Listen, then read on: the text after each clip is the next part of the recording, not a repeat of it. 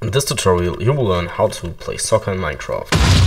You can play it against your friends, or if you don't have any friends like me, you can also play it against any Minecraft mob. Let's get started, it's pretty simple. Okay, so the very first thing we'll need to do is creating 4 new scoreboards. Scoreboard objectives add score, dummy, score. That's the score we can have when we hit goals. I think it's self-explaining. That's a time scoreboard. That's a game time scoreboard that shows a game time, and that's a direction scoreboard for the goalkeepers you may have seen. Just press the button on all of them and we can continue. We're gonna start with the visual stuff because it's the easiest stuff by far. So all of those armor stands, it's armor stands, yes, are gonna have skulls on the head to make it look more like a football. They're gonna get invisibility. Well, and that's it for the graphics. We're also gonna kill all skeleton skulls. It's important you set those quotation marks. And now we get to the more interesting part. This command block here is gonna make the armor stands, or the balls or whatever, teleport to its current position facing the nearest entity with a tag ball, but tag is something different to a name. We're gonna learn how to add this tag just now. Okay, this command block or this input or whatever is gonna make sure all entities that hit those requirements around our actual ball entity are gonna get the tag ball. Now we need this little thing here that adds 1 time to our balls. Yeah, with no tick delays. We created the scoreboard time earlier. Then we have this little command block here that just makes sure the other entity involved in the fight loses the tag ball again. And yeah, they're gonna get the time 0. And they lose the tag shoot. So the balls are gonna lose the tag shoot, not the ones tagged balls.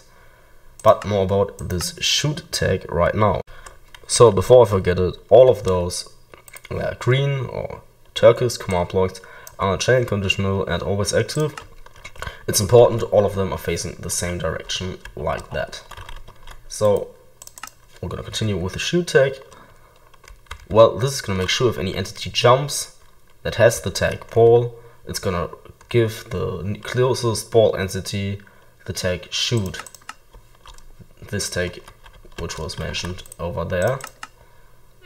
And then they're gonna lose the tag ball. So the ball doesn't teleport to them anymore. And all entities, or all players at least, nearby are gonna hear this little random.explode sound. This command block will make our balls move. Oh my god, this sentence sounded kind of wrong. If you want to increase the speed, you can decrease this number, which I'm not gonna do because I think it's enough speed already. That's some debugging stuff. Wait, isn't it? Yeah, it's some debugging stuff. This is gonna make sure the ball teleports to us. If we have the tag ball, or if any entities have the tag ball, it's gonna teleport to them. This is also debugging. Well, now we have the balls that we can summon per command, etc.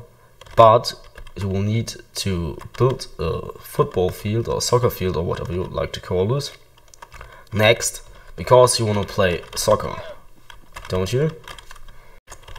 The first command block you need is this command block. This is gonna summon an entity, which is a ball obviously, unless there already is one, and at the center of our field.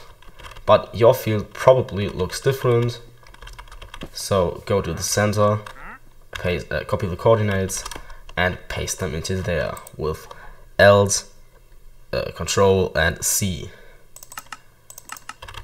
Trust me, that's way easier. Well, that part is a little more complicated, but it's required to make it work, obviously. Yeah, what's this gonna do? It's gonna kill all balls that ain't in our field. I'm gonna explain what this dx, dy, and dz stuff is in a second. But first, go to some random chord in your field, paste the copy the coordinates, and enter the x coordinates at the x equals, the y coordinates at the y equals, and the z at the z equals, and you should be fine. And this is the offset. So my field goes 59 blocks into that direction. So I'm gonna put dx 59. It's yeah, I mean, it's not really 5 blocks in the upper direction, but yeah, why not? Well, I failed miserably, and that's the z offset. It's 31 blocks in that direction. You obviously need to change your coordinates. You entered here and the offset. I'm not that good at English, so I really hope you could understand everything. If you didn't, have a look at my Discord server. It's linked in the description, and I will help as far as I can. Next, you will need to create the goals. One for team 1, I'm not sure, I think that's the goal for team 1, and that's the one for team 2. And yeah, the goal for team 1 is the one team 2 is gonna shoot balls into to score goals, and so on. I think you know what I mean. This is gonna summon a fireworks rocket first. Again, this whole stuff with the coordinates. X equals 46, y equals -60, z equals 26, but that's only for me. Paste your coordinates in here again, and then do the same thing with the offsets you did in that command block. Then all balls are gonna die without playing a hit sound. And team 1 is gonna get 1 score. Everyone from team 2 is gonna be teleported towards their goal. Everyone from team 1 is gonna be teleported towards their goal. So change those coordinates for the team 1 goal and those for the team 2 goal. Yeah. The same thing, change the coordinates here. I think you know how it works now. All balls are gonna die again. Team 2 is gonna get a point because it's the team 1 goal. Yeah, team 2 is gonna be teleported to the team 2 goal and team 1 to the team 1 goal. All of those are chain conditional, always active. I can't repeat it often enough. Let's go on.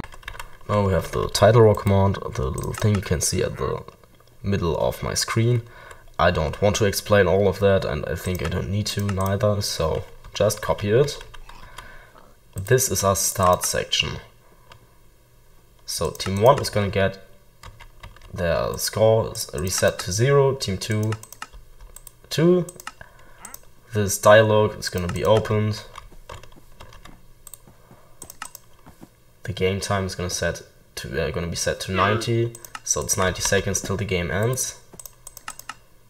And everyone's gonna lose the team 1 tag, everyone's gonna lose the team 2 tag, and all of that if I press this little button here. And yeah, this is gonna remove 1 game time from every player each 20 ticks till they have 0, so they can't have negative game time. It will only work like that if you have 1 NPC close to that command block. And yeah, that's gonna go to the advanced settings.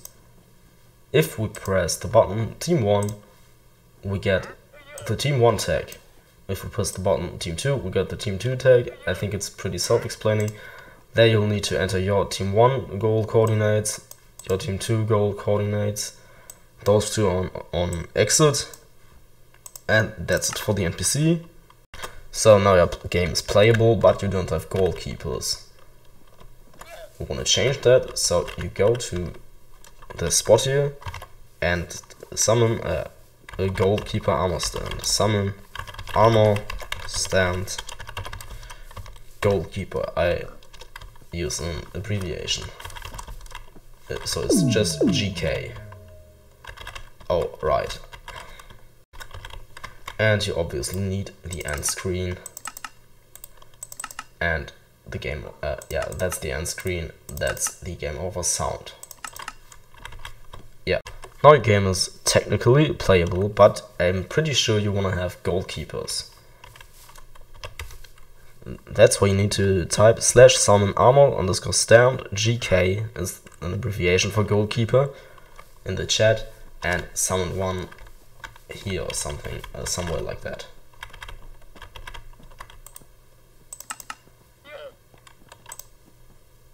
Yeah, so this is what will make sure the goalkeepers kill the balls next to them, and this command block will randomize their direction every 3 ticks. Everything that has direction 1 moves to that direction, direction 2 to that direction. There's no delay in ticks at all, and this one is optional for grassland, but you can just disable mob spawns. Thanks for watching, I really hope you enjoyed the video. If you didn't, that's also fine. And if you have any questions, join my Discord server for help. We'll see you in another video, goodbye.